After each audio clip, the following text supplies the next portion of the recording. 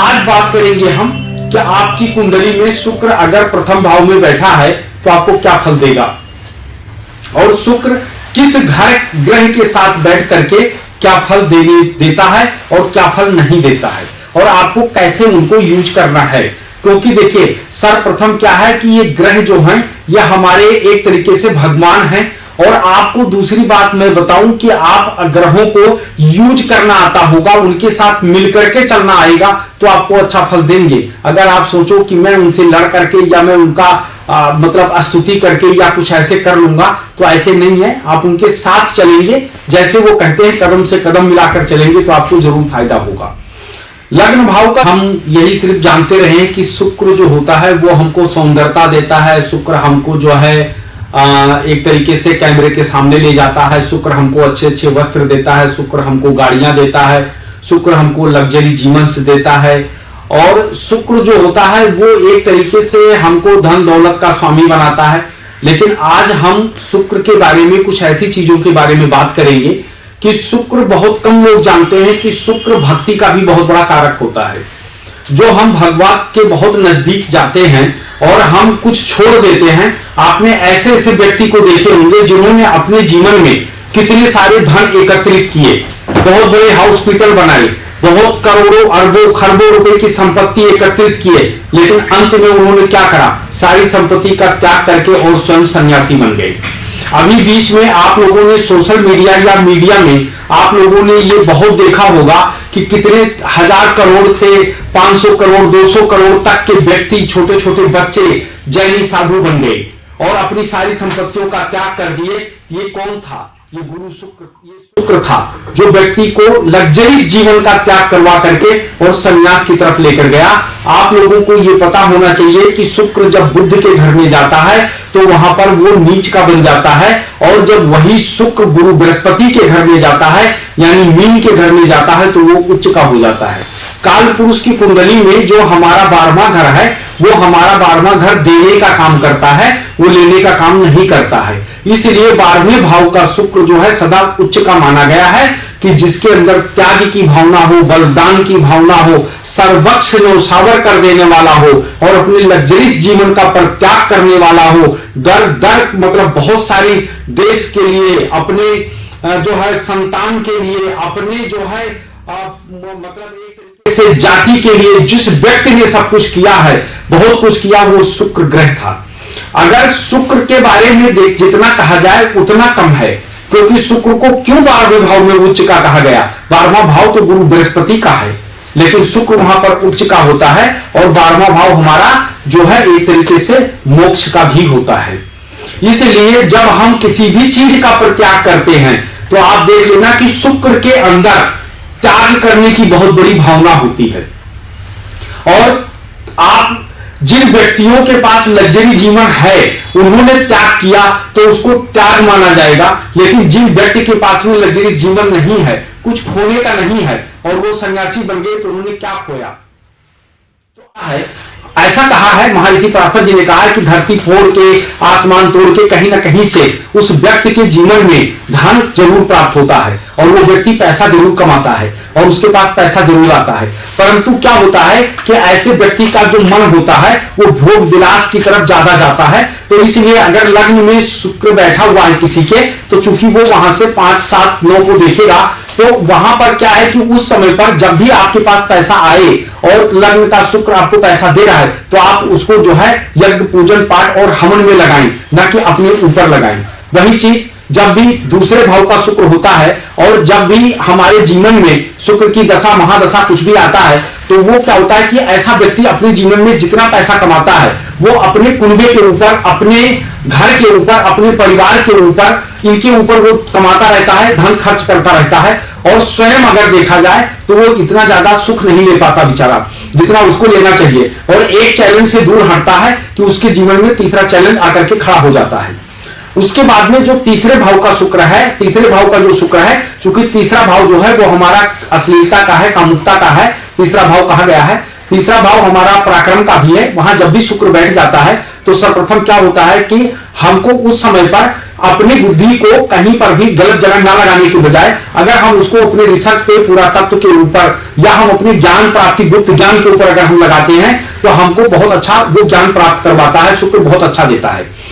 उसी शुक्र को अगर हम चतुर्थ भाव के अंदर देखा जाए, जब चतुर्थ भाव में शुक्र बैठता तो चूंकि वो मां का घर होता है, तो चतुर्थ भाव का शुक्र जो होता है, जब हम अपने जीवन के अंदर जब व्यक्ति, चूंकि वो चंद्रमा का घर है, अपने मां से आशीर्वाद लेकर के और अपनी मां के नाम पर कोई भी वो ऐसा रेस्टोरेंट या हॉस्पिटल या कोई भी व्यापार अगर मां के नाम पे करता है तो उस व्यक्ति को बहुत ज्यादा फायदा होता है और वो अपने लग्जरीज जीवन की जितनी भी वस्तुएं हैं वो जहां तक संभव है वो अपने बलबूते और अपने दम पर ही खरीदता है, अपने दम पे वो लग्जरीज जीवन को प्राप्त करता है। लेकिन पंचम भाव का जो शुक्र होता है वो कहीं ना कहीं व्यक्ति को मनोरंजन और विलासिता की तरफ ले जाता है और ऐसा व्यक्ति जो है विषय भोगी हो जाता है और उसको भोग भोगने की बहुत इच्छा उसके मन में जागृत हो जाती है। वही जब छठे भाव का शुक्र होता है, जब छठे भाव में शुक्र जाता है तो चूंकि छठा भाव क्या है, हमारा मेहनत का है और छठा भाव जो होता है वो हमारा चैलेंज का होता है और छठा भाव जो होता है वो एक तरीके से देखा जाए तो बुद्ध का घर माना गया है। तो छठे भाव के अंदर जब भी शुक्र जाता है तो ऐसे व्यक्ति का शुक्र और बुद्ध का जो योग होता है बहुत अच्छा योग माना गया है कि ऐसा व्यक्ति अगर अपना दिमाग बुद्धि से अगर लगाता है और बुद्धि को लगा करके वो एक तरीके से कोई भी ऐसा मेहनत करता है, कोई ऐसा कार्य करता है जो कि मतलब प्रचार प्रसार से संबंधित हो तो उसको बहुत अच्छा धन की प्राप्ति होती है। लेकिन सप्तम भाव का शुक्र जो है वो एक तरीके से बहुत अच्छा नहीं माना गया क्योंकि वो पत्नी का घर होता है। ऐसे लोगों की जो आसक्ति होती है वो सदैव जो है कहीं ना कहीं स्त्रियों के ऊपर बनी रहती है और ऐसे व्यक्ति स्त्रियों के प्रति धन भी खर्च करते हैं। वही जब अष्टम भाव का शुक्र हो जाता है तो ऐसे लोग क्या होते हैं कि अष्टम भाव का जो शुक्र होता है वो पूरा तत्व के ऊपर या अपनी पुरानी चीजों के ऊपर धन संग्रह करते हैं, धन खर्च करते हैं और धन खर्च करके उसको नया नवीन बनाते हैं और उसको खूब अच्छी तरीके से सजाते हैं।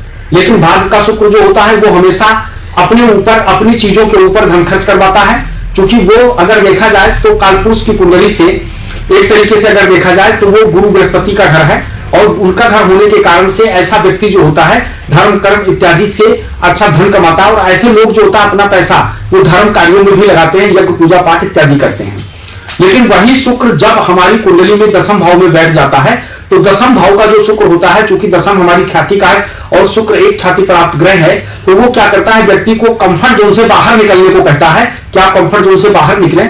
और जो व्यक्ति कंफर्ट जोन से बाहर निकलता है वो अपने जीवन में तरक्की करता है और उसका काफी नाम होता है।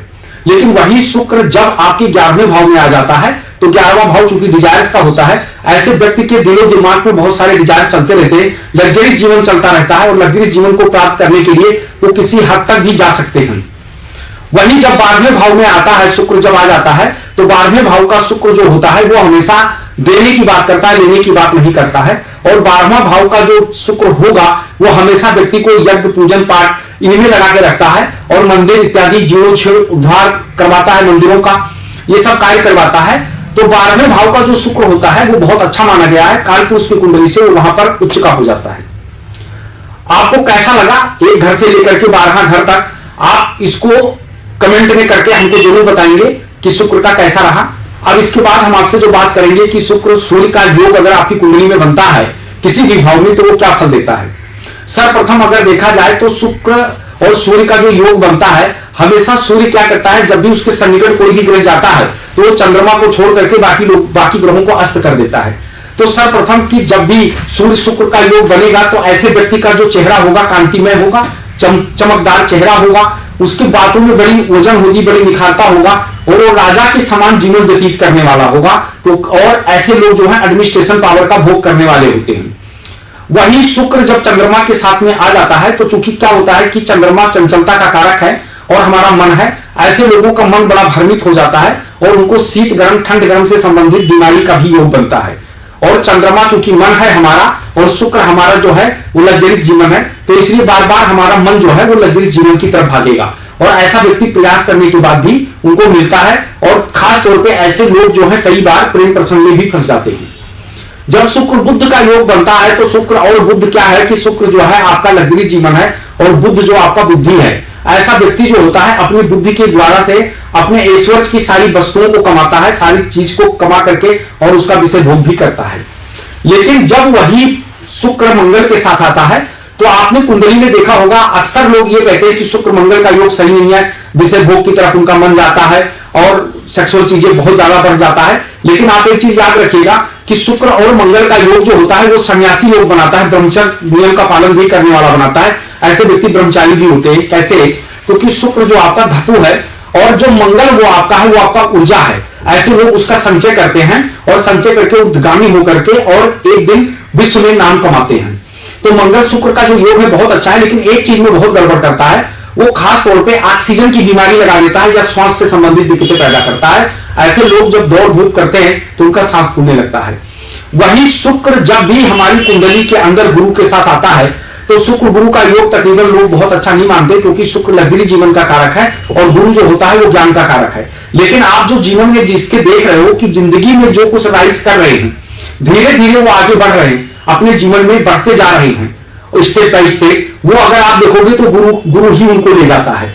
हमेशा ऐसा व्यक्ति जो होता है वो धन जो कमाता है ज्ञान मार्ग से कमाता है। हमारे जितने बड़े बड़े कथाकार हैं या हमारे जितने बड़े बड़े माइंड रीडिंग करने वाले हैं या बड़े बड़े जो एस्ट्रोलॉजर हैं, ये लोग जो बड़े बड़े योगाचार हैं, ये गुरु और शुक्र का योग लेकर बैठे हुए हैं, जो इस तरीके से लग्जरी जीवन का व्यतीत करते हैं और धन कमाते हैं। वही जब हमारे कुंडली के अंदर शुक्र और शनि का योग बन जाता है तो शुक्र शनि का योग जो होता है वो एक तरीके से लोग कहते हैं बहुत अच्छा नहीं माना जाता, लेकिन बहुत बढ़िया होता है। क्यों होता है? क्योंकि शुक्र हमारा पैसा है, हमारा वेल्थ है, और शनि जो हमारा है वो कर्म है। ऐसा व्यक्ति अपने कर्मों के द्वारा धन कमाता है, लेकिन उनको किन लोगों से ज्यादा जुड़ करके रहना चाहिए? अक्सर उनको लेबर तबके के लोगों से जुड़ करके अगर रहेंगे या छोटे लोगों से के साथ में ज्यादा रहेंगे तो ऐसा व्यक्ति अपने जीवन में खूब तरक्की करता है। राहु और शुक्र का जब योग कुंडली में बनता है तो राहु शुक्र का योग बहुत बढ़िया योग नहीं माना जाता। क्यों नहीं माना जाता है? क्योंकि राहु बाहुबली है और राहु एक ऐसा ग्रह है जो किसी की नहीं सुनता, क्योंकि राहु ने अपने गुरु शुक्राचार्य का भी नहीं सुना था।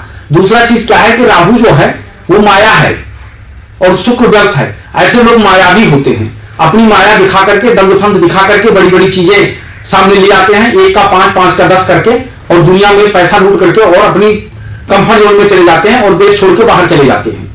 लेकिन वही जब कुंडली के अंदर हमारे शुक्र और केतु का योग बनता है तब ऐसा व्यक्ति अपना कमाया हुआ संसार का सारा धन, करोड़ों अरबों खरबों रुपया जो भी कमाते हैं, आपने अक्सर देखे हैं कि ऐसे लोग जो सब कुछ दान कर देते हैं। ना कहीं जो योग होता है वो शुक्र और केतु का योग होता है। क्यों होता है? क्योंकि शुक्र जो होता है वो एक तरीके से देखा जाए तो सबसे शक्तिशाली, सबसे पावर है, बहुत पावरफुल ग्रह हैं शुक्र को देखा जाए। और केतु जो होता है वो साक्षात ब्रह्म के समान होते हैं।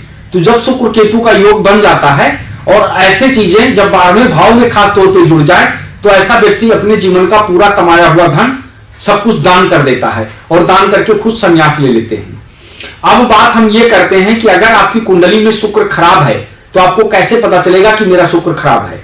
जिन व्यक्तियों का शुक्र खराब होता है वो हमेशा अश्लील बातें करते हैं, स्त्रियों के प्रति ज्यादा झुकाव होता है, और दूसरी चीज क्या होती है, वो माता बहनाओं का इज्जत भी नहीं करते हैं और हमेशा अनाप शनाप बोलते हैं और गाली गलौज करके बात करते हैं। ये समझ लेना कि इनका शुक्र खराब है, और कितना भी महंगा कपड़ा क्यों ना हो, वो एक कपड़ा 5 दिन 4 दिन तक पहने रहते हैं, वस्त्रों का इज्जत भी नहीं करते और कभी भी वो इस चीज का भी ध्यान नहीं रखते कि हमारे शरीर से खुशबू आ रहा है या बदबू आ रहा है, हमको क्या करना चाहिए। ये खराब शुक्र के निशानी होते हैं। हमेशा शुक्र ग्रह किससे प्रसन्न होता है? शुक्र जो होता है उसका सबसे फेवरेट और सबसे प्रसन्न अगर देखा जाए तो देवाधिदेव महादेव देव हैं, और उसका जो मंत्र है वो महामृत्युंजय मंत्र है। जब भी किसी का शुक्र खराब हो जाए तो सर्वप्रथम उनको महामृत्युंजय मंत्र का जाप करना चाहिए, और दूसरी चीज उनको क्या करना चाहिए कि महादेव की उपासना, जो महादेव की उपासना करते हैं, और क्योंकि शुक्र ही एक ऐसा ग्रह है जो मृत सजीवनी विद्या का एकमात्र जानकार है, जिन्होंने शुक्र ने ही महामृत्युंजय मंत्र को जप करके और ऐसी शक्ति प्राप्त करी थी, तो इसलिए शुक्र उनसे बहुत प्रसन्न रहता है। दूसरा चीज आपको हम आगे बताएंगे कि शुक्र मंगल का योग हो तो आपको कौन सा परफ्यूम लगाना चाहिए। शुक्र मंगल का योग अगर आपको बना है तो गुलाब का परफ्यूम या गुलाब मतलब परफ्यूम लगाना चाहिए, इत्र लगाना चाहिए गुलाब का, उससे आपका शुक्र बहुत बढ़िया होगा।